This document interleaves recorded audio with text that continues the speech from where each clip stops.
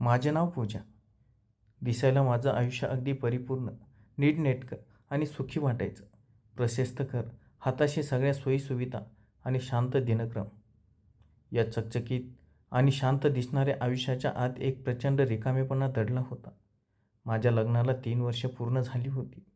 पण या 3 वर्षात माझ्या आणि माझ्या नवऱ्याच्या नात्यात तो जिव्हाळा कधी निर्माणच झाला नाही, जो एका सुखी संसाराला पाहायचा असतो. आमचं लग्न म्हणजे दोन भिन्न स्वभावाच्या व्यक्तींनी एकाच छताखाली एकत्र राहण्याचा एक औपचारिक करार बनला होता. ते त्यांच्या नोकरीत, कामाच्या व्यापात आणि लॅपटॉपच्या स्क्रीनसमोर व्यस्त असायचे. तर तर मी घरातील 4 भिंतीमध्ये स्वतःची स्वप्न शोधत राहायचे.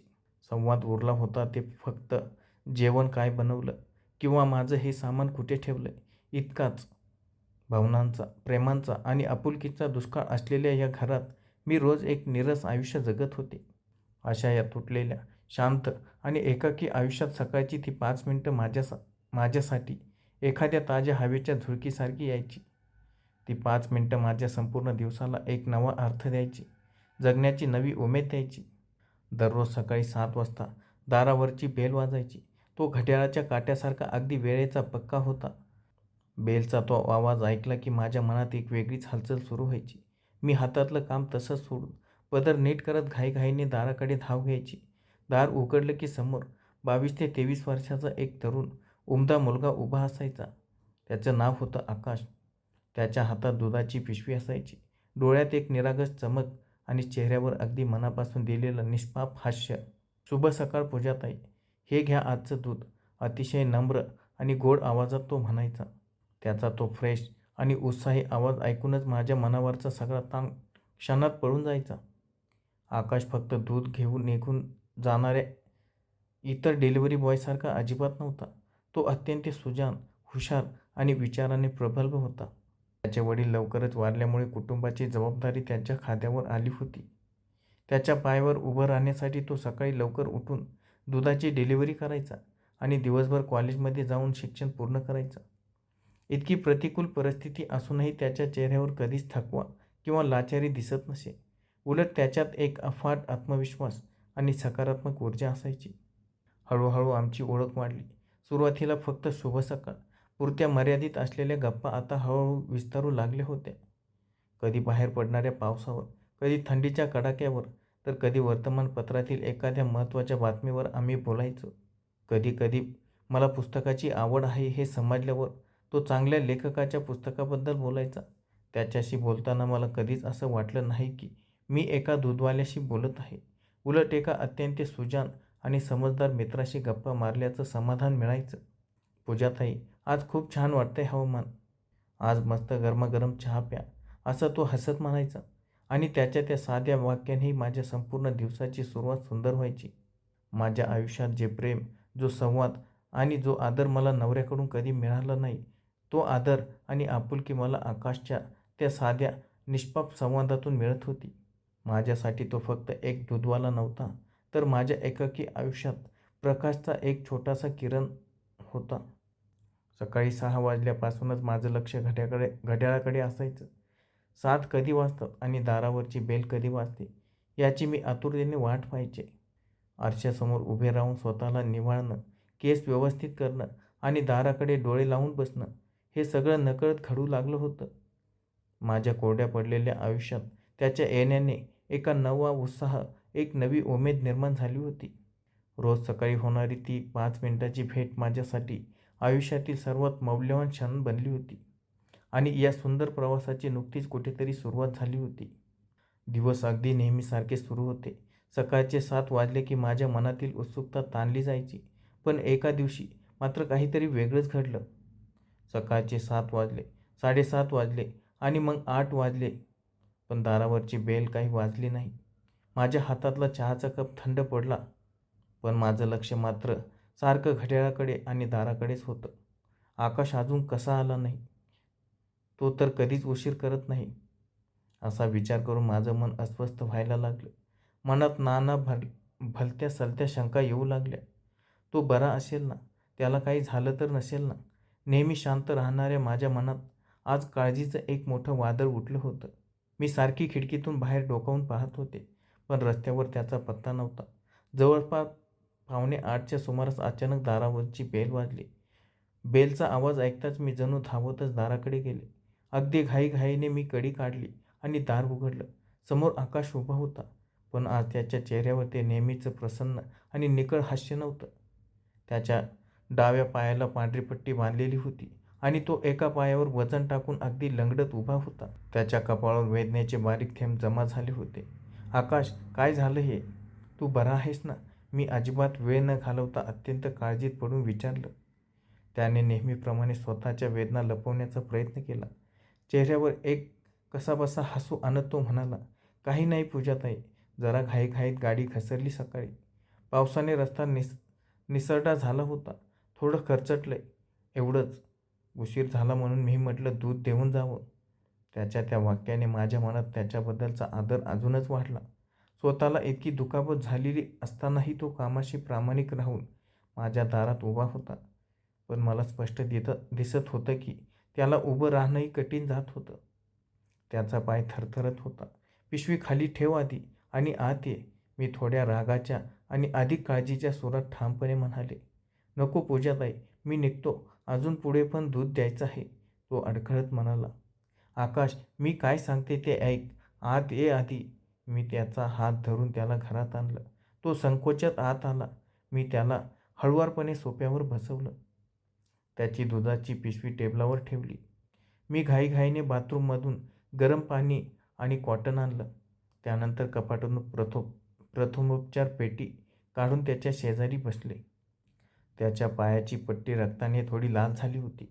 "पूजाताई, असू द्या, मी करेन." तो संकोचाने मागे सरकू लागला. "शांत बस, अजिबात हालचाल करू नकोस," मी त्याच्याकडे पाहत म्हणाले. मी अतिशय हळुवारपणे त्याची ती जुनी पट्टी काढली. खाली बऱ्यापैकी मोठी जखम झाली होती आणि त्यातून अजूनही थोडं रक्त येत होतं. मी गरम पाण्याने ती जखम आधी स्वच्छ पुसून घेतली. त्याला वेदना होत होत्या. त्याने दात ओठ खाल्ले, पण तो ओरडला नाही. मी त्यावर हळुवारपणे अँटिसेप्टिक मलम लावलं आणि नवीन स्वच्छ पट्टी बांधून दिली. मी जेव्हा त्याच्या पायाची जखम बांधत होते, तेव्हा आकाश अगदी गप्पपणे एकटक माझ्याकडे पाहत होता. त्याच्या डोळ्यात एक वेगळाच भाव होता, ज्यामध्ये आदर, कृतज्ञता आणि एक अथांग आपुलकी दाटून आली होती. "हे घे, आता थोडा वेळ शांत बस," मी त्याला पाण्याचा पेला देत म्हणाले आणि त्याच्यासाठी गरमागरम चहा बनवायला किचनमध्ये गेले. काही मिनिटात मी 2 कप चहा घेऊन बाहेर आले. 1 कप त्याच्या हातात दिला. चहाचा एक घोट घेतल्यानंतर आकाशने माझ्याकडे पाहिलं. त्याचा आवाज थोडा गदगदला होता. "पूजाताई." तो थांबला. "काय झालं आकाश?" "माझी अशी काळजी करणारं घरात आईनंतर बहुधा तुम्हीच पहिल्या व्यक्ती असाल," तो खूप हळुवार आणि भावनिक आवाजात म्हणाला. "एरवी लोक फक्त दूध वेळेवर आलं की नाही एवढंच पाहतात. कोणाला फरक पडत नाही की आम्ही कसे आलोय. पण आज तुम्ही मला घरात बोलावून माझी जी जखम बांधलीत, त्याच्या त्या साध्या पण थेट काळजाला भिडणाऱ्या वाक्याने माझ्या हृदयात काहीतरी हलून गेलं. ज्या घरात माझ्या भावनांची काही कदर झाली नव्हती, तिथे एका परक्या मुलाच्या चेहऱ्यावर माझ्या काळजीमुळे आलेला तो भाव मला खूप मोठा दिलासा देऊन गेला. त्या क्षणी मला जाणीव झाली की आमच्यातील नातं हे आता फक्त दूधवाला आणि ग्राहक इतकं मर्यादित राहिलं नव्हतं. त्या दुखापतीच्या दिवसाने आमच्यातल्या रेशमी धाग्याला अजून थोडं घट्ट केलं होतं. त्या दुखापतीच्या दिवसानंतर आमच्या नात्यातील अनौपचारिकता अजूनच वाढली होती. तो केवळ एक दूधवाला, तांब्या भरून देणारा मुलगा राहिला नव्हता, तर माझ्या मनात त्याच्याबद्दल एक अफाट आदर आणि एक वेगळा जिव्हाळा निर्माण झाला होता. रोज सकाळी होणाऱ्या त्या 5 मिनिटाच्या गप्पा आता हळूहळू 10 ते 15 मिनिटांवर पोचल्या होत्या. कधी तो त्याच्या कॉलेजच्या प्रोजेक्टबद्दल सांगायचा, तर कधी मी त्याला वाचलेल्या पुस्तकाविषयी सांगायचे. माझ्या या नीरस आयुष्यात त्याच्याशी बोलणं म्हणजे वाळवंटात पाण्याचा थेंब मिळण्यासारखं होतं. माझे पती कामाच्या निमित्ताने नेहमीच बाहेरगावी असायचे. त्या आठवड्यातही ते एका मोठ्या ऑफिसच्या कामासाठी दुसऱ्या शहरात गेले होते. घरात मी अगदी एकटीच होते. बाहेर मुसळधार पाऊस कोसळत होता. आकाशात विजांचा कडकडाट सुरू होता आणि काळेकुट्ट ढग साचलेले. सकाळी 8 वाजले तरी बाहेर अंधारून आलं होतं. नेहमीप्रमाणे 7-7:30च्या सुमारास दारावरची बेल वाजली. मी घाईघाईने दार उघडलं. समोर आकाश उभा होता. बाहेर इतका प्रचंड पाऊस होता की छत्री असूनही तो डोक्यापासून पायापर्यंत पूर्ण भिजला होता. त्याच्या हातातली दुधाची पिशवी सांभाळताना तो स्वतः पावसात भिजत आला होता. थंडीमुळे त्याचे ओठ थरथरत होते. आकाश, अरे देवा, तू पूर्ण भिजला आहेस. आत ये आधी. मी काळजीत पडून त्याला आत बोलावलं. नको पूजाताई, मी बाहेरच थांबतो. फरशी खराब होईल. तो संकोचून दारापाशी रेंगाळला. काही होत नाही फरशीला. तू चुपचाप आत ये. मी त्याला ओढूनच आत घेतलं. मी घाईघाईने त्याला पुसण्यासाठी कोरडा टॉवेल दिला. त्याने आपले ओले केस आणि हात तोंड पुसून घेतले. बाहेर पावसाचा जोर अजूनच वाढला होता.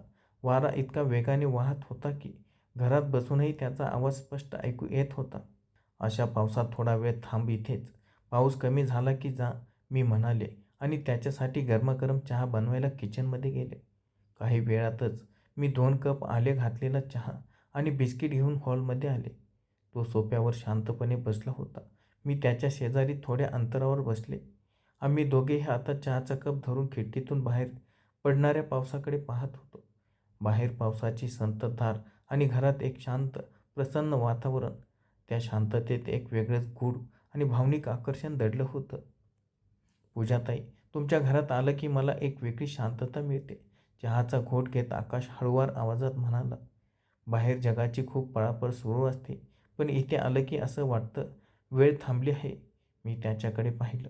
त्याचे डोळे थेट माझ्या डोळ्यात पाहत होते. त्या डोळ्यात कोणतंही कपट नव्हतं, कोणताही वाईट हेतू नव्हता. त्यात होती फक्त एक निखळ ओढ, आपुलकी आणि प्रेम. माझ्या आयुष्यातही ही शांतता तूच आणलीस आकाश. मी नकळत मनातील भावना बोलून गेले. गप्पा मारत असताना जेव्हा मी चहाचा रिकामा कप टेबलावर ठेवण्यासाठी हात पुढे केला, तेव्हा नकळत आकाशचा हात माझ्या हाताला स्पर्श करून गेला. तो स्पर्श साधा नव्हता. त्यात एक भावनिक वीज धावल्यासारखी झाली. आम्ही दोघांनी एकमेकांकडे पाहिलं. दोघांच्याही नजरा एकमेकांत गुंतल्या. त्याच्या स्पर्शात एक प्रकारची ऊब होती, जी मला आजवर माझ्या आयुष्यात कधीच मिळाली नव्हती. आकाशने हळूच माझा हात आपल्या हातात घेतला. त्याने मला काहीही विचारलं नाही, पण त्याच्या हातात घट्ट पकडीत सगळं काही स्पष्ट होतं. माझ्या मनातही त्याच्याबद्दल निर्माण झालेली तीव्र आवड आता लपून राहिली नव्हती. माझ्या एकाकीपणाला आणि भुकेलेल्या मनाला त्याच्या त्या स्पर्शाने एक मोठा आधार दिला होता. आम्ही दोघे सोफ्यावर अगदी जवळ बसलो होतो. त्या क्षणी आमच्यातलं वय, आमचा सामाजिक स्तर किंवा मी कोणाची तरी पत्नी आहे हे सगळं काही वेळासाठी मागे पडलं होतं. घरात पसरलेल्या त्या शांततेत फक्त आमच्या श्वासाचा आवाज येत होता. आकाशने हळुवारपणे माझ्या चेहऱ्यावरून केस मागे सारले. त्याच्या त्या हळुवार स्पर्शात आणि डोळ्यातील अथांग प्रेमात मी पूर्णपणे हरवून गेले होते. त्या क्षणी आम्ही शरीराने नाही तर भावनिक आणि मानसिकदृष्ट्या एकमेकांच्या खूप जवळ आलो होतो. ज्या प्रेमाची, ज्या आदराची मी आयुष्यात वर्षानुवर्ष वाट पाहत होते, ते प्रेम मला आकाशच्या या साध्या, निष्पाप आणि सच्च्या रूपात मिळालं होतं. त्या पावसाळी सकाळी आमच्या 2 मनाचे रेशमी धागे एकमेकांत पूर्णपणे गुंफले गेले होते. त्या पावसाळी रात्रीतील त्या एका भेटीनंतर आमच्या नात्यात एक अत्यंत सुंदर पण तितकाच नाजूक आणि हळुवार रोमांच फुलला होता. आता रोज सकाळी होणारी ती भेट फक्त दूध देवाणघेवाणीपुरती नव्हती. दारावरची बेल वाजली की माझं मन हेलकावे घ्यायचं. तो दारात उभा राहून जेव्हा हलकंसं हसायचा, तेव्हा माझं पूर्ण जग उजळून निघायचं. नात्यात कसलाही दिखावा नव्हता. एकमेकांना चोरून पाहणं, गप्पा मारताना अचानक नजरा भेटणं, चहाचा कप देताना दोघांना एकमेकांच्या हातांचा होणारा तो स्पर्श आणि एकमेकांविषयीची ती अथांग काळजी, या लहान-सहान गोष्टीमध्येच आम्हा दोघांनाही जगातील सर्वात मोठा आनंद मिळत होता. आकाशच्या प्रेमाने आणि आदराने माझ्या कोमेजलेल्या आयुष्याला जणू पुन्हा एकदा नवीन बहर आला होता. माझं मन पहिल्यांदाच मोकळेपणाने श्वास घेत होतं. पण या सगळ्या गोडव्यासोबतच एक कटू आणि भावनिक सत्य माझ्या डोळ्यासमोर अगदी स्पष्टपणे उभे ठाकलं होतं. काही दिवस असेच आनंदाच्या अंधाऱ्या सावलीत निघून गेले. पण नंतर हळूहळू माझं मन मला आतून खावू लागलं. मी एका वास्तवाच्या उंबरठ्यावर उभी होते. मी विवाहित होते. माझं लग्न जरी भावनाशून्य असलं, नीरस असलं आणि मला या नात्यात अजिबात आनंद मिळत नसला, तरीही एक कायद्याच्या आणि समाजाच्या चौकटीत मी एका नातेच्या बंधनात अडकलेली होती. दुसरीकडे आकाश, तो अजून अवघ्या 22-23 वर्षाचा तरुण होता. त्याचं संपूर्ण आयुष्य, त्याची स्वप्न, त्याचं करिअर त्याच्यासमोर उघडं पडलं होतं. तो खूप सुजाण आणि हुशार होता. त्याला खूप पुढे जायचं होतं. एका शांत संध्याकाळी मी एकटीच खिडकीपाशी बसले होते. डोक्यात विचाराचं चक्र जोरात सुरू होतं. मी काय करते हा प्रश्न मला विचारू लागला. माझं आकाशवरचं खरं प्रेम होतं. त्याच्या मनात माझ्याबद्दल असलेली आपुलकी निखळ होती. पण या नात्याला काही भविष्य होतं का? जर आम्ही ही सीमा ओलांडली तर उद्या समाजाचे टोमणे, नात्याचा दबाव आणि भविष्याची अनिश्चितता आकाशचं सुंदर आयुष्य उद्ध्वस्त करून टाकेल. माझ्या एकाकीपणामुळे मी एका तरुण मुलाचं भविष्य धोक्यात आणत होते. त्या रात्री मी मनाशी एक खूप मोठा आणि कठीण निर्णय घेतला. माझ्या भावना कितीही तीव्र असल्या तरी मला आकाशसाठी आणि स्वतःच्या स्वाभिमानासाठी योग्य तेच पाऊल उचलायचं होतं. दुसऱ्या दिवशी सकाळी नेहमीप्रमाणे 7 वाजता दारावरची बेल वाजली. मी हळुवार पावलांनी जाऊन दार उघडलं. समोर आकाश उभा होता. नेहमीसारखाच उत्साही. त्याच्या हातात दुधाची पिशवी होती आणि डोळ्यात माझ्यासाठी अथांग प्रेम. शुभ सकाळ पूजाताई, तो हसून म्हणाला. मी त्याच्याकडे पाहिलं. माझं मन आतून रडत होतं, पण मी माझ्या चेहऱ्यावर एक गंभीर शांतता आणली. मी दूध घेतलं आणि टेबलावर ठेवलं. मग मी त्याच्या अगदी जवळ आले. आकाश, माझा आवाज थोडा कापरा झाला, पण मी स्वतःला सावरलं. काय झालं पूजा? तू आज खूप शांत वाटतेस, त्याने काळजीने विचारलं. मी मनावर दगड ठेवला. त्याचे हात माझ्या हातात घेतले आणि अत्यंत समंजस आवाजात म्हणाले, आकाश, आपल्याला इथेच थांबायला हवं. ही रोजची भेट, या भावना, आपल्याला या सगळ्याला इथेच पूर्णविराम द्यावा लागेल. माझं वाक्य ऐकून त्याच्या चेहऱ्यावरचा आनंद क्षणार्धात गायब झाला. त्याच्या डोळ्यात एक प्रचंड धक्का आणि वेदना स्पष्ट दिसू लागली. पूजा, असं का बोलतेस? काही चुकीचं घडलंय का? मी काही चुकीचं केलंय का? नाही आकाश, मी त्याच्या हाताला हळू स्पर्श करत म्हणाले. तू काहीही चुकीचं केलं नाहीस. उलट तू तर माझ्या आयुष्यात आलेला एक सुंदर प्रकाश आहेस. तुझ्यामुळे मला समजलं की मनापासून जगणं काय असतं. पण आकाश, हे भावनिक सत्य आपण नाकारू शकत नाही. मी विवाहित आहे आणि तू तुझ्या आयुष्याच्या एका महत्त्वाच्या टप्प्यावर उभा आहेस. आपण दोघे ज्या वळणावर आहोत तिथे एकत्र राहणं शक्य नाही. आकाश गप्प झाला. त्याच्या डोळ्यातून अश्रू वाहू लागले. मी पुढे म्हणाले, तू खूप हुशार आहेस. तुझ्यासमोर खूप मोठं भविष्य आहे. जर आपण ह्या भावनाच्या प्रवाहात वाहून गेलो तर शेवटी दुःख आणि पश्चात्तापाशिवाय काहीच उरणार नाही. मला तुझं आयुष्य खराब करायचं नाही. तू तुझ्या स्वप्नाच्या मागे धाव. हे नातं इथे संपवणं आपल्या दोघांसाठी योग्य आहे. आकाशने माझे हात थोडे घट्ट धरले. त्याच्या चेहऱ्यावर वेदना होती, पण तो अत्यंत सुजाण मुलगा होता.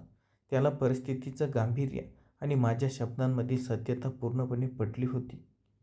त्याने आपले डोळे पुसले आणि एक खोल श्वास घेतला. मला समजले पूजा, तो गदगदलेल्या आवाजात म्हणाला. तुझा हा निर्णय किती कठीण आहे हे मला समजते. तुझ्या आयुष्यात आलेले हे काही क्षण मी आयुष्यभर माझ्या हृदयात जपून ठेवीन. तू नेहमी आनंदी राहा, एवढीच माझी देवाकडे प्रार्थना असेल. त्याने शेवटचं माझ्याकडे अगदी मनापासून पाहिलं. त्या नजरेत कोणताही राग नव्हता, तक्रार नव्हती. होती फक्त एक अथांग आदर आणि समजूतदारपणा. तो वळला आणि हळुवार पावलाने जिने उतरून निघून गेला. दारापाशी उभे राहून मी त्याला जाताना पाहत होते. माझ्या डोळ्यातून अश्रू घसरत होते. माझं मन दुखावलं होतं, पण त्याचवेळी माझ्या मनाला एक शांतता आणि समाधानही लाभलं होतं. आम्ही एका अत्यंत पवित्र आणि सुंदर नात्याचा कोणताही अपमान न करता, सीमा न ओलांडता, योग्य वेळी अगदी समंजसपणे वेगळे होण्याचा निर्णय घेतला होता. त्या दिवसानंतरही आकाश रोज सकाळी दूध द्यायला यायचा, पण आता त्या भेटीत एक संयम होता, एक आदरयुक्त अंतर होतं. शुभ सकाळ म्हणण्यापलीकडे आता गप्पा रंगत नव्हत्या, पण त्या शांततेतही एक सुंदर समज होती. माझ्या आयुष्यातील तो नीरसपणा आजही कदाचित तसाच होता, पण आता माझ्या मनात आकाशच्या आठवणीचा एक अत्यंत सुंदर, स्वच्छ आणि सुजाण कोपरा कायमचा कोरला गेला होता. धन्यवाद.